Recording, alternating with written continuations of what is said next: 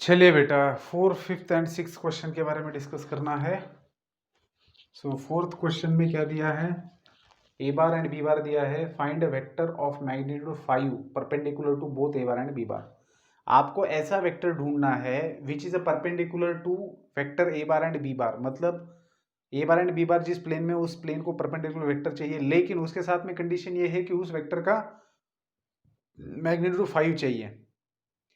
मतलब सीधा साफ क्वेश्चन है कि उन दोनों का क्रॉस प्रोडक्ट लेना है। अगर क्रॉस प्रोडक्ट का मैग्नीट्यूड 5 नहीं आता तो 5 आने के लिए जो भी एडजस्टमेंट करना पड़ता है कर दो, बात खत्म। जैसे ए बार और बी बार दिया है तो ए बार क्रॉस बी बार निकालिए। इससे क्या मिलेगा आपको, vector perpendicular to A bar and B bar. ठीक है, तो सबसे पहले तो ए बार क्रॉस बी बार निकालेंगे। डिटरमिनेंट लेना है आई कैप जे कैप के कैप। तो पहले वाले के कोएफिशिएंट 2 1 -3 1 -2 1। ठीक है, तो आई कैप ब्रैकेट के अंदर 1 -6 माइनस जे कैप ब्रैकेट के अंदर 2 माइनस ऑफ -3 प्लस के कैप ब्रैकेट के अंदर -4 -1। सो -5 आई cap -5 J cap -5 K cap. So this is what A bar cross B bar. अब बेटा ये जो ए बार क्रॉस बी बार है, this is a vector and this vector is perpendicular to vector A bar and B bar. इस बात को तो कोई डिनाई नहीं कर सकता कि ये जो वेक्टर है this is perpendicular to vector A bar and B bar. अब बात क्या है कि क्या ये जो वेक्टर मिला है जो perpendicular A bar and B bar हो, क्या इसका मैग्नीट्यूड 5 है? तो चलिए वो भी चेक कर लेते हैं। So magnitude of A bar and B bar is denoted by this, vertical line के बीच में लिखेंगे।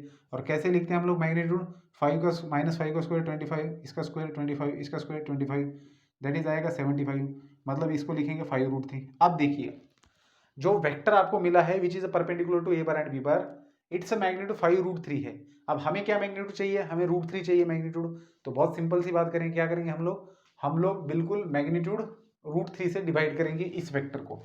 अगर मैं इस वेक्टर को √3 से डिवाइड करता हूं तो बात खत्म, ये वेक्टर का मैग्नीट्यूड आ जाएगा 5 and it will be perpendicular to a bar and b bar. So therefore required vector which is perpendicular to a bar and b bar is, तो वो कौन सा वेक्टर है जो ए बार एंड बी बार को perpendicular है, ये है। लेकिन इसका मैग्नीट्यूड 5 नहीं है, क्या है, 5√3 है। तो 5 आने के लिए क्या करूँ, √3 से डिवाइड करूंगा। सो सिंपल है, -5 आई cap -5 J cap -5 K cap divided by √3। ठीक है,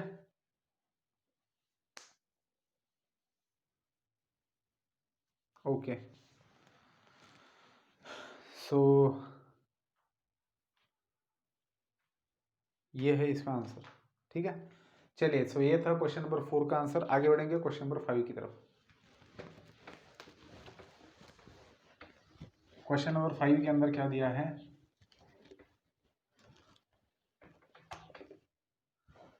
क्वेश्चन नंबर 5 के अंदर दिया है u bar dot v bar find करना है। We have to find u bar dot v bar. 5 के अंदर का पहला क्वेश्चन हमें ये निकालना है। क्या दिया है, मैग्नीट्यूड ऑफ u बार दिया है 2, मैग्नीट्यूड ऑफ v बार दिया है 5 एंड आपको निकालना है u बार क्रॉस v बार का मैग्नीट्यूड, सॉरी ये भी दिया है 8। अब देखिए आपको u बार डॉट v बार निकालना है। हमें पता है कि u बार डॉट v बार क्या होता है, u बार का मैग्नीट्यूड इंटू v बार का magnitude into cos theta, uv cos theta. ठीक है ना, डॉट प्रोडक्ट है। तो u बार और v बार का मैग्नीट्यूड पता है, लेकिन कॉस थीटा कहाँ से लाए, तो ठीक है कोई दिक्कत नहीं, इसको इक्वेशन 1 बोल दो अभी के लिए। अब हम लोग सहारा लेंगे, देखो u बार क्रॉस v बार को दो वर्टिकल लाइन के बीच में लिखा है। इसका मतलब क्या, this is a magnitude of u bar cross v बार। ये जो u बार एंड v बार दो वेक्टर से इनका क्रॉस प्रोडक्ट होता है u बार क्रॉस v बार, और इनको अगर दो वर्टिकल लाइन के बीच में लिखा जाए तो दैट इज द मैग्नीट्यूड। सो यहाँ पर मैग्नीट्यूड की बात हो रही है, तो दो वेक्टर u बार v बार का मैग्नीट्यूड क्या होता है, uv sin थीटा होता है। That means now we have magnitude of u bar cross v bar which is 8, but what is u bar magnitude of u bar and v bar, so it is u magnitude of u magnitude of v and into sin theta which is 8. Now we have given magnitude of u bar and magnitude of v bar which is 2 into 5 into sin theta, so this is 8. So we can write sin theta is equals to 8 by 10, that is nothing but 4 by 5. Okay, so now we have sin theta, so we can find cos theta. How? Cos square theta, fundamental identity, 1 minus sin square theta, so that is 1 minus 16 by 25, which is nothing but 9 by 25, and that is cos theta is nothing but plus or minus 3 by 5.